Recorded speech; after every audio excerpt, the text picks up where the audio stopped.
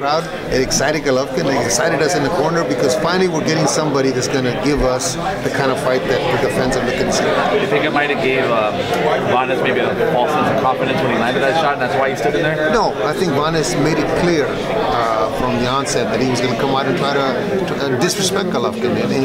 But very few people have done that. I think, what's his name, William Monroe tried that too.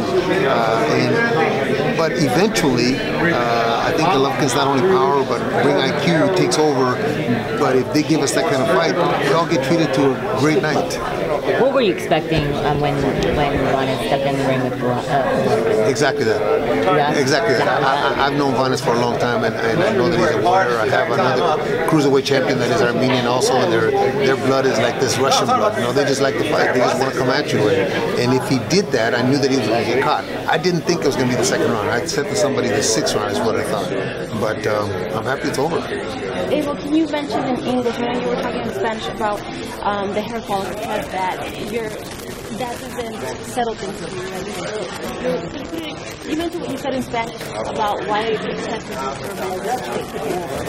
First of all, I think that if I have a fighter that I'm trying to prove is clean and we made a mistake, I think that I would have him enrolled in every kind of test you can imagine. I think that Oscar and Canelo have the resources to be able to do that.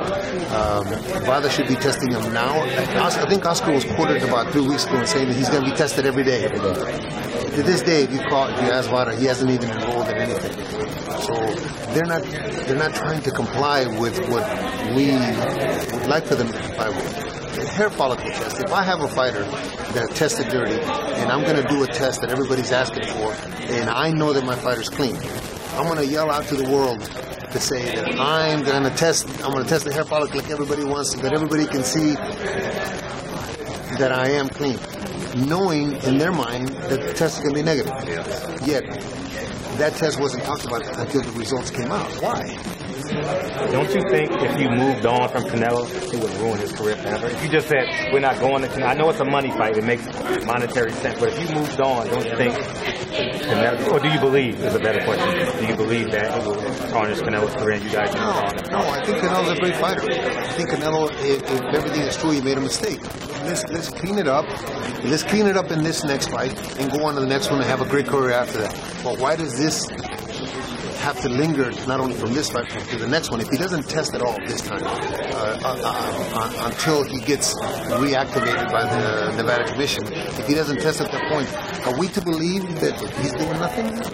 So why not just clean it up right away? Great suspicion. Yeah. Hard in Mexico, getting in the roll. Yeah, just get it over with. Yeah. Just get it over with. Let's test, get it over with. I'm clean. Then we go on to the next one. And I think people will forget.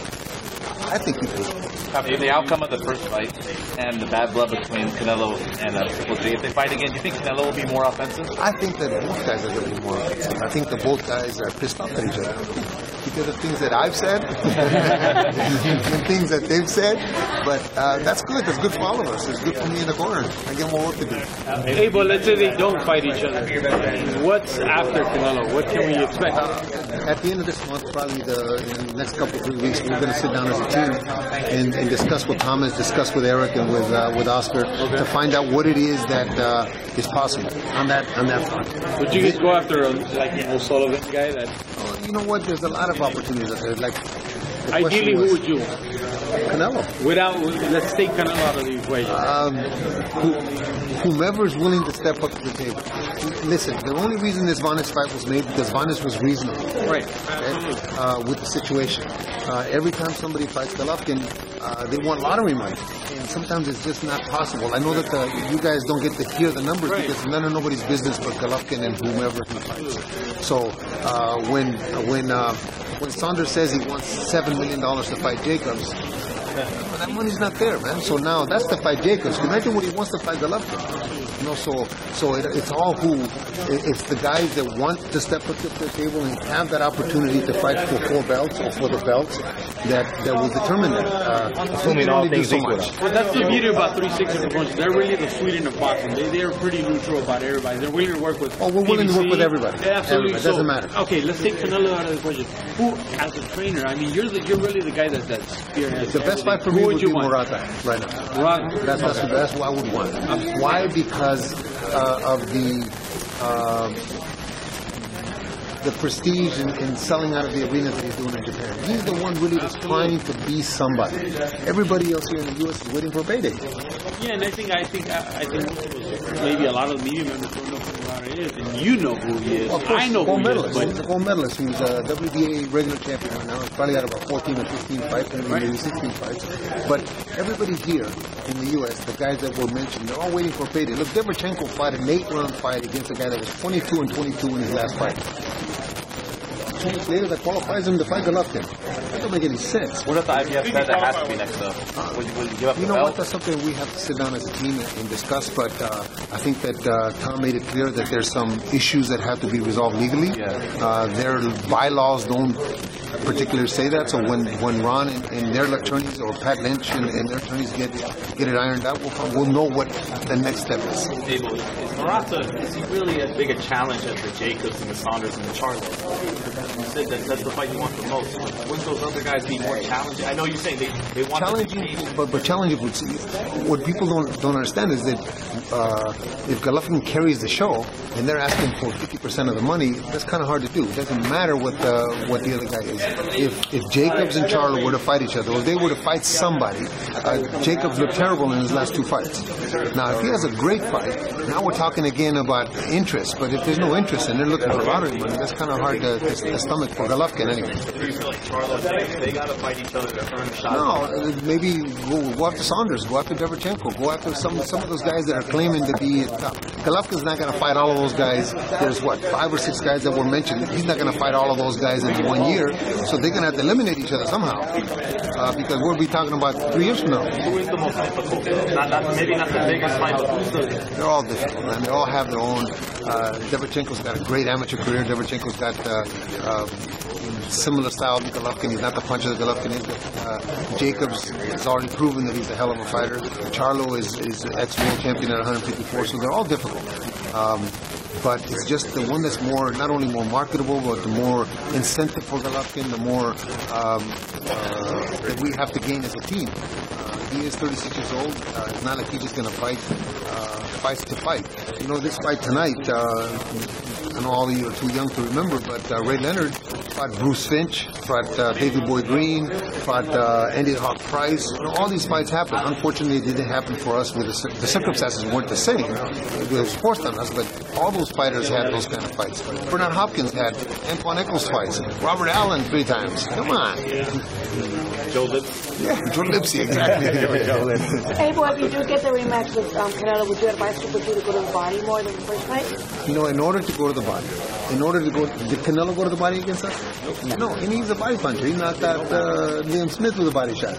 You know, in order for somebody to be able to do what they did in the past, or to go to the body with Canelo, with Golovkin, they're going to have to be in front of him to be able to do that. You cannot. There was one point in the 4th or 5th round where Kenny Bayless admonished Golovkin for hitting him in the back. And if any of you know the rules, when somebody turns their back and a punch is on its way, it's a legal punch because you turned your back. Well, he warned him. We're in Vegas. We got a Vegas referee. We got judges that at the beginning I cried about and complained about Bird being on the panel. But Golovkin's not going to take a chance and getting appointed that.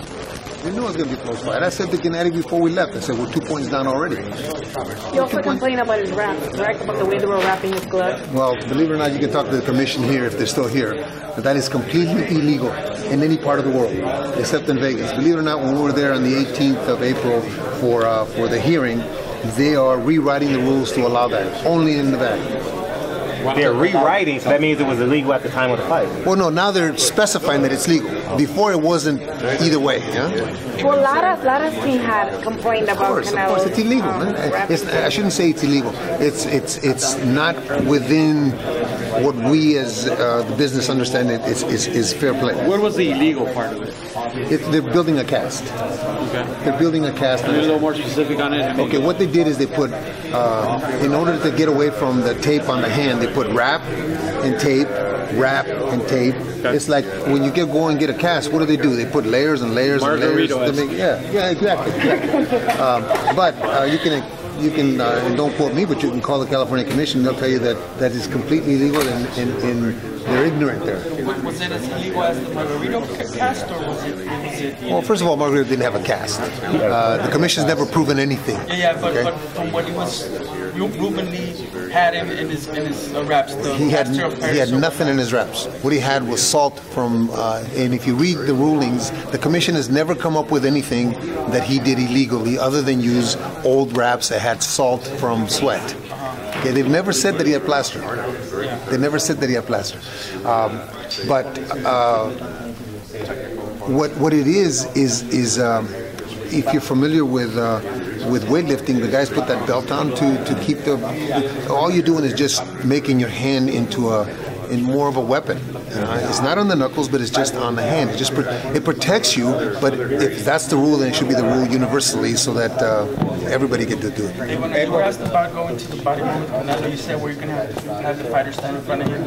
Not necessarily in front of him. It's your job to cut off the ring. No, it's not your job. No, it's not. It's boxing. No, it's not. Cut off the ring. No, I'm sorry, you're mistaken. You're mistaken because boxing is a man. If he's saying he wants to knock him out, he needs to be standing there to knock him out. You can't be throwing punches in desperation to try to knock somebody out. You're gonna have to knock somebody out by standing there and wanting. Now, using your defense and using. If you saw the Hagler fight and the Leonard fight, Leonard didn't run. Leonard stood there and fought with Hagler, but that was boxing. Okay, Canelo didn't stand there and fight with Golovkin. Golovkin tried to make it a fight. Okay, so it all depends on what you want to see, though. I'm not saying that he fought a bad fight. He fought a great fight just not to get knocked out. He fought a great fight that he had never fought before. But if you fight, if I'm a consumer and I see 45 fights a certain way, I'm expecting that kind of fight when fight night comes. If I get a different fight, then I'm going to complain as a consumer. I'm going to complain that I didn't get what I paid for. Then what's your definition of cutting off the ring for you? Because that's how you're boxing. The fighter moves on you, you're supposed to cut off the ring. Oh yes, of course you're supposed to cut off the ring, but you cut off the ring, and if two fighters want to make a fight, they're going to have to throw punches at each other. You cannot throw punches in desperation and run away and expect for it to be, even though you were there, expect for it to be a palatable fight for the fans. Abel, you talked about the raps. You said it's only legal in Nevada. If that's the case, why not do it yourself and kind of gain the same? Because I have 10 other fighters that I want to make sure that I wrap them the same way that I want to be able to wrap them anywhere in the world. I don't want to go somewhere where they're going to tell me I can't do this, and now my fighter in his mind is thinking, oh, I'm used to this, and it's going to affect us. I think mentally it affects you. The money's with Murata and Canelo. Canelo, do you think the respect is with Charlo in terms of Gennady and his career? I think the respect is just continuing to eclipse records no matter who he gets in there with, breaking the record. Now he tied it.